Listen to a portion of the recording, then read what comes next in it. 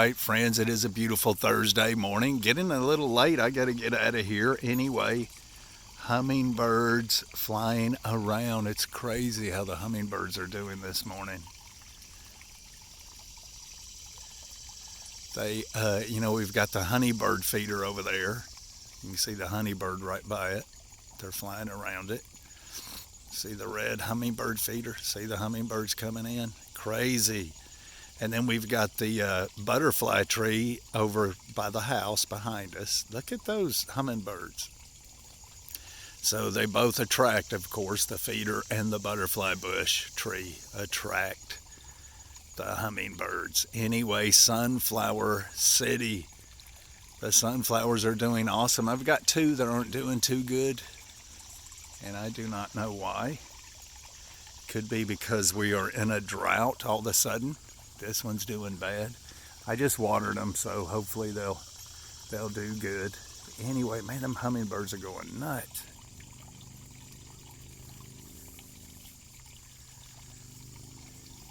All right, anyway, so just a look at the garden. Pretty much a look at the sunflowers. They are like beautiful, along with the hummingbirds. And man, do those sunflower attract the bumblebees. Oh, the bumblebees just love those sunflowers. Anyway, the garden is doing excellent. We've had a decent harvest. I wish the tomatoes would have did better, but they didn't. But they did good enough. They did good enough. Not complaining. I was hoping to have an amazing abundance, but it just didn't work out that way with the tomatoes. I don't think we're getting quite enough sun for the tomatoes. We get about 5 to 6 hours of decent sun, and I do not think that's quite enough to produce a ton of tomatoes. We produced enough though, and I'm thankful for that. But we have produced the food, especially the squashes and stuff like that. The butternut squash has done excellent. We'll talk about that in a minute. Anyway, so we have the pond, and then just around the pond is all edible. Well, everything's edible throughout there, but we're just talking about right here around the pond, and how you can produce so much food just around your pond and in the pond.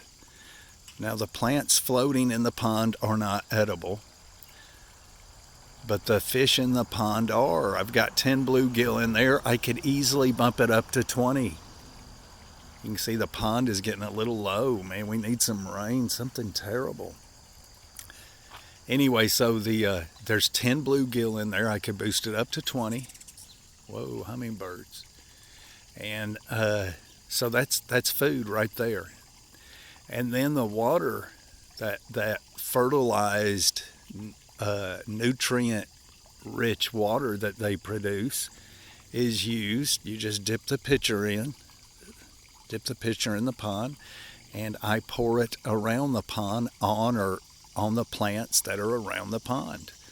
And so the plants around the pond get some rich, nutrient-rich water. And so if you just picture this little area here, you got the pond that has food in it, which is fish, and then just around the pond, we're producing all types of food. We've got butternut squash, and which we've already harvested some of it, but you can see we got one over here. And then tomatoes, you can see the tomatoes all around the pond. Cucumbers on the other side of the pond with cherry tomatoes. And of course, all the sunflower that is around the pond. And then we've got blackberries that are growing in there. We've got raspberries on this side, and just herbs around it, rosemary, lavender, a couple of different types of basil. We've got goji berries, American beauty berry, all edible, Oregon grape, and then we've got a thorny olive, and that is in the autumn olive family. What else do we have? We have other things. Can't mention it all, but anyway, that is just around the pond. Just this little bitty area is just an amazing food producer. And so you can produce food in just a small area. And so we'll say this is about 16 by 12. 16 by 12. A very small area. And it produces an amazing amount of food. Fish, veggies, and fruit. Just in this little bitty area right here. Of course, I've got some wild edibles mixed in there. That is the thorny olive, the Oregon grape. I've got lamb's quarter growing in there, which is wild spinach, and then American beautyberry and a couple of other things growing in there that are wild edibles. Anyway, just a quick look at the garden. Want to encourage you, even if you only have a little area, a small area, you can produce food. And that is so important that we produce food. We learn how to grow food. But everything is doing good here. Everything is doing awesome. Weeds are starting to take over, but that's okay. We're pretty much getting to the end of our harvest. That's all catbird grape. It's amazing. And these are weeds and squashes and pumpkins. And you can see we got an acorn squash here. And then we've got butternut over here. And there's a couple of more butternut in throughout here. And they will keep producing throughout the summer, the butternut and the acorn. And let me tell you something. I don't know if you have ever ate butternut squash, but let me tell you something about this squash. This squash is an amazing, amazing food. It stores very well. It stores very well. Now you can take this and let's say it's September, put it in the cellar, put it in a cool, dark area, and this thing will store for 3 months, 4 months, however long. It's way up there.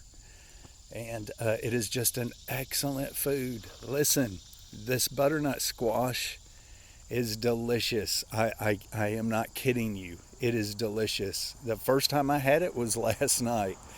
The wife come out here and harvested some, and she roasted it. You know, I eat very healthy, no oils, unless they are uncooked. I don't eat any type of cooked oils.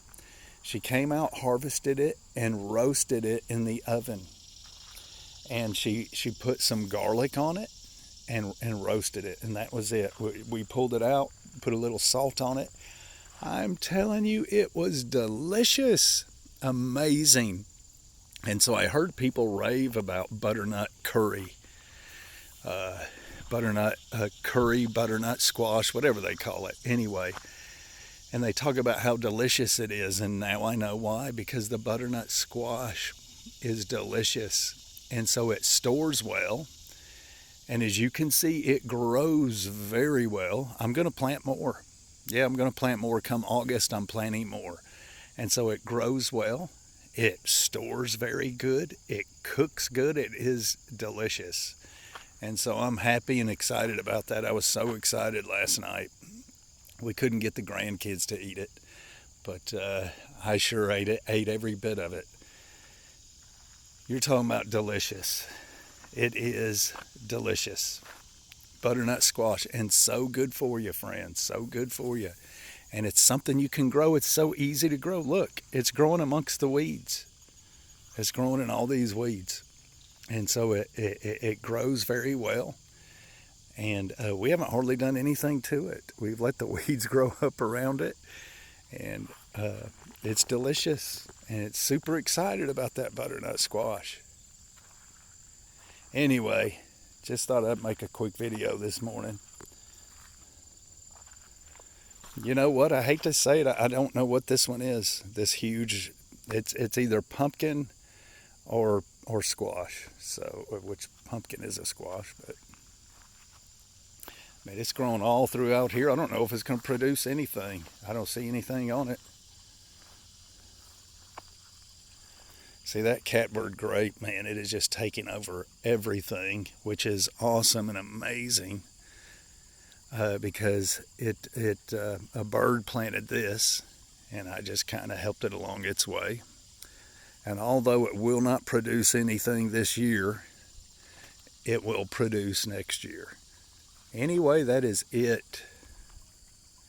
Look at the ground cherries. Now these popped up themselves, but we will let these grow and harvest them. We have so many. This is a wild edible. This is a ground cherry. Looks like a tomatilla. It's in the tomato family, nightshade.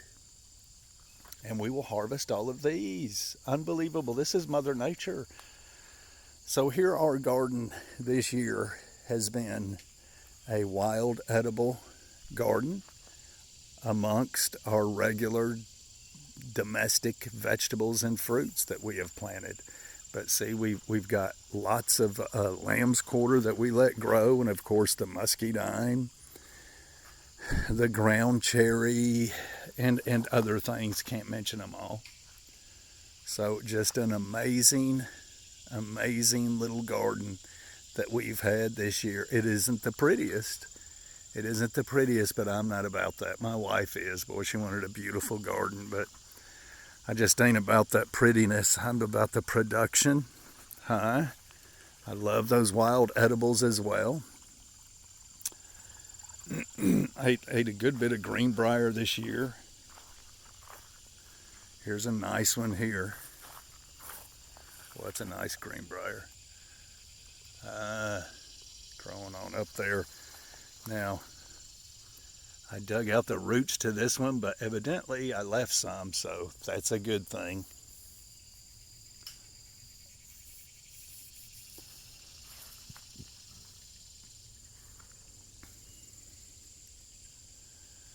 Unbelievable.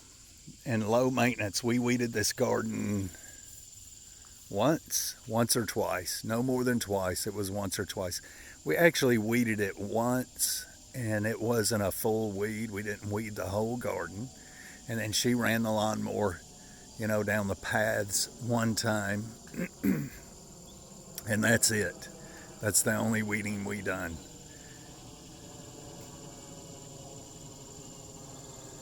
Anyway, friends.